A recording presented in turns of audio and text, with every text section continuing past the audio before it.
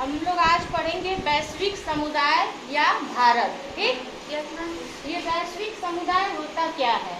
ठीक, सबसे पहले अपने देश के बारे में जानिए कि अपने देश में अगर हमको किसी चीज का लोन लेना है, कर्जा लेना है, तो हम कहाँ जाते हैं? कहाँ जाते हैं? बैंक जाते हैं लोन लेने के लिए। अगर हम बीमार पड़ते हैं तो कहाँ जाते हैं? अस्पताल जाते हैं। ठीक, अगर कोई किसी से मारपीट कर लिया तो कहाँ जाते हैं? पुलिस थाने के पास जाते हैं। तो ये तो देश के अंदर सर्वोच्च न्यायालय चले गए, उच्च न्यायालय चले गए। लेकिन जब देश आपस में लड़े तब कहाँ जाएंगे हम लोग? विश्व लोग आपस में लड़ने लगे तो कहाँ जाएंगे?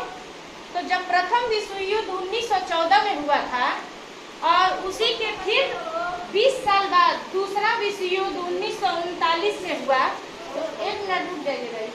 तो 1939 में जब दूसरा युद्ध हुआ तो विश्व के आपस में सारे देश लड़ रहे थे आपस में।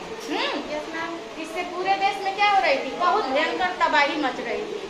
तो इससे बचने के लिए विश्व के कुछ लोगों ने मिल करके एक संगठन का निर्माण किया, संघ का निर्माण किया, जिसे हम संयुक्त राष्ट्र संघ के नाम से जानते हैं।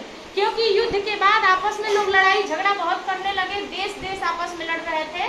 दो विश्व युद्ध 1914 और 1939 के बाद इस संगठन का निर्माण 24 अक्टूबर 1945 को हुआ। ठीक ना? तो अब ये क्या कर रहा है कि कोई भी चीज बनता है तो उसमें कुछ न कुछ लोग जुड़ते हैं ना। हाँ, विभाग अलग अलग होता है, उसी तरह इसका भी 6 अंग है। ठीक है ना? पहला है महासभा, इसमें एक अध्यक्ष को चुनाव किया जाता है जिसका 1 साल का कार्यकाल होता है। और दूसरा है सुरक्षा परिषद, इसका काम है शांति और सुरक्षा बनाए रखना।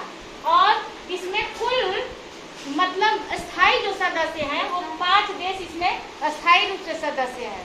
पहला है चीन, फ्रांस, रूस, संयुक्त राष्ट्र अमेरिका और ब्रिटेन। ठीक, ये 5 देश इसके एकदम अस्थायी रूप से सदस्य हैं। 10 और भी रहते हैं जो अस्थायी हैं, बदलते रहते हैं।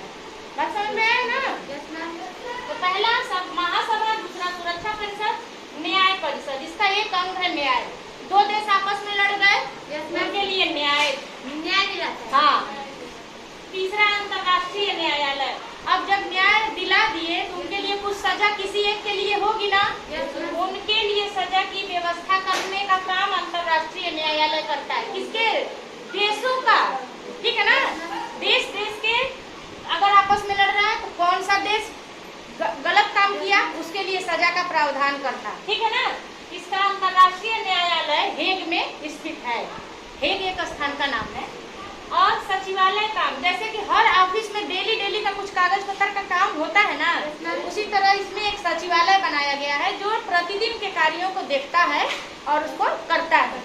और एक है आर्थिक और सामाजिक परिषद। मान लीजिए देश में जिनको गरीबी रहती है उनको राशन की व्यवस्था होती है ना, उनके स्वास्थ्य की व्यवस्था होती है, फ्री में कुछ चीजें मिलती है, शिक्षा मिल रही है फ्री में गरीब बच्चों को।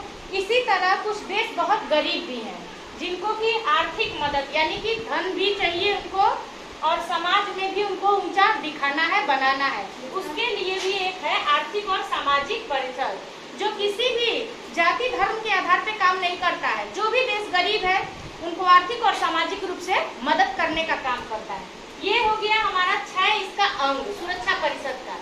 ठीक, समझ में आ गया ना? अब ये 6 अंग मिल करके एक डिपार्टमेंट बनाते हैं। ठीक, ये तो उसके अधिकारी हो गए। अब कई सारे इसकी एजेंसियां बना देते हैं कि आपको यही काम करना है। तो उसमें ये देखिए 9 को बना हुआ है, जिसके बारे में आप जान लीजिए। यूनेस्को वर्ल्ड हेरिटेज इसको कहते हैं।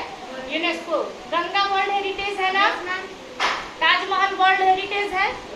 यानी कि इसका काम है विज्ञान और संस्कृति के क्षेत्र में कार्य करना, इनको सुरक्षित रखना। यह विश्व की धरोहर है, सिर्फ अपने ही देश की धरोहर नहीं है, ये पूरे विश्व के लिए धरोहर है ना। जो पुरानी चीजें हैं उनको सुरक्षित रखना, संग्रहित रखना, बिल्कुल एकदम सही सलामत रखना, उसके लिए उसको फंड देना। दूसरा है यूनिसेफ। आप जो यहाँ पढ़ रहे हैं बहुत सारा किताब कापी आपको यूनिसेफ में मिलता है। मीना मंच नाम सुने हैं? काल्पनिक लड़की मीना, यह कहाँ की बनाई हुई है? यूनिसेफ की। किसकी? यूनिसेफ, जो बड़ी ही निडर है और अपनी बात को कह देती है धड़ल्ले से और गलत का विरोध करती है, कभी झुकती नहीं है। यह यूनिसेफ द्वारा बनाई गई एक काल्पनिक लड़की है, यानी यह शिक्षा के लिए यह काम करता है, महिलाओं के लिए। और यूनिफेम, यह आपकी महिला सशक्तिकरण की महिलाओं को कैसे आगे बढ़ाया जाए, उनको पढ़ाई में कैसे ले आया जाए, नौकरी में कैसे आगे लगा। यह सिर्फ अपने देश नहीं, पूरे विश्व की महिलाओं के लिए, जहां महिलाओं की स्थिति नीचे है उनको ऊपर लाने के काम करती है। बात समझ में आया? अब देखिए वर्ल्ड बैंक, कोई देश, हम जैसे भी बताएं बैंक से हम लोन ले लेते हैं, पैसे की जरूरत है। अब अपने देश को मान लो या फिर किसी अन्य देश को बड़े बड़े उनको प्रोजेक्ट बनाना है, पुल बनाना है, उनके लिए स्कूल कॉलेज खोलना है, उनके पास फंड नहीं है, पैसा नहीं है, वो यहाँ से अपना उधार ले सकते हैं, है ना? देश ले सकता है यहाँ से, ठीक है ना? और है वर्ल्ड हेल्थ ऑर्गेनाइजेशन, आपको कीड़ी की दवा खिलाई जाती है। बहुत पहले मलेरिया लोगों को होता था, पोलियो बहुत होता था, इसकी ड्रॉप पिलाई जाती थी घर घर जाके। यह इसी के द्वारा चलाया गया यह अभियान है, पोलियो, WHO द्वारा। किसके द्वारा? WHO द्वारा। जो दवा आप कीड़ी की खाते हैं, मलेरिया की दवा खाते हैं, यह मलेरिया मुक्त भारत बनाने का काम WHO का है। बात समझ में आया? अब है FAG, खाद्य एवं कृषि का कार्य, कृषि के क्षेत्र में अच्छा काम करना। किसी देश में अगर बहुत क्रिटिकल प्रॉब्लम है, समस्या है, जैसे राजस्थान में पानी की समस्या है, तो राजस्थान में पानी की समस्या को दूर करने में FAG का बहुत बड़ा हाथ है। तो ये सारे लोगों उसी के बने हुए हैं, जितने भी संगठन एजेंसियां हैं। अब देखिए ILO, जो मजदूर लोग होते हैं, ठीक, उनके लिए नियम कानून, अंतर्राष्ट्रीय नियम कानून बनाने का काम श्रम संगठन ILO।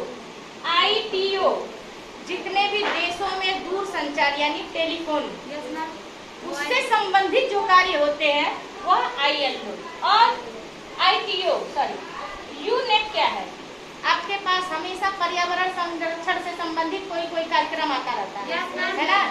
अभी आपके पास एक है ना पर्यावरण संरक्षण वाला कार्यक्रम, नहीं आप कर रहा है, जो आपको यह प्रमाण पत्र मिला हुआ है ना?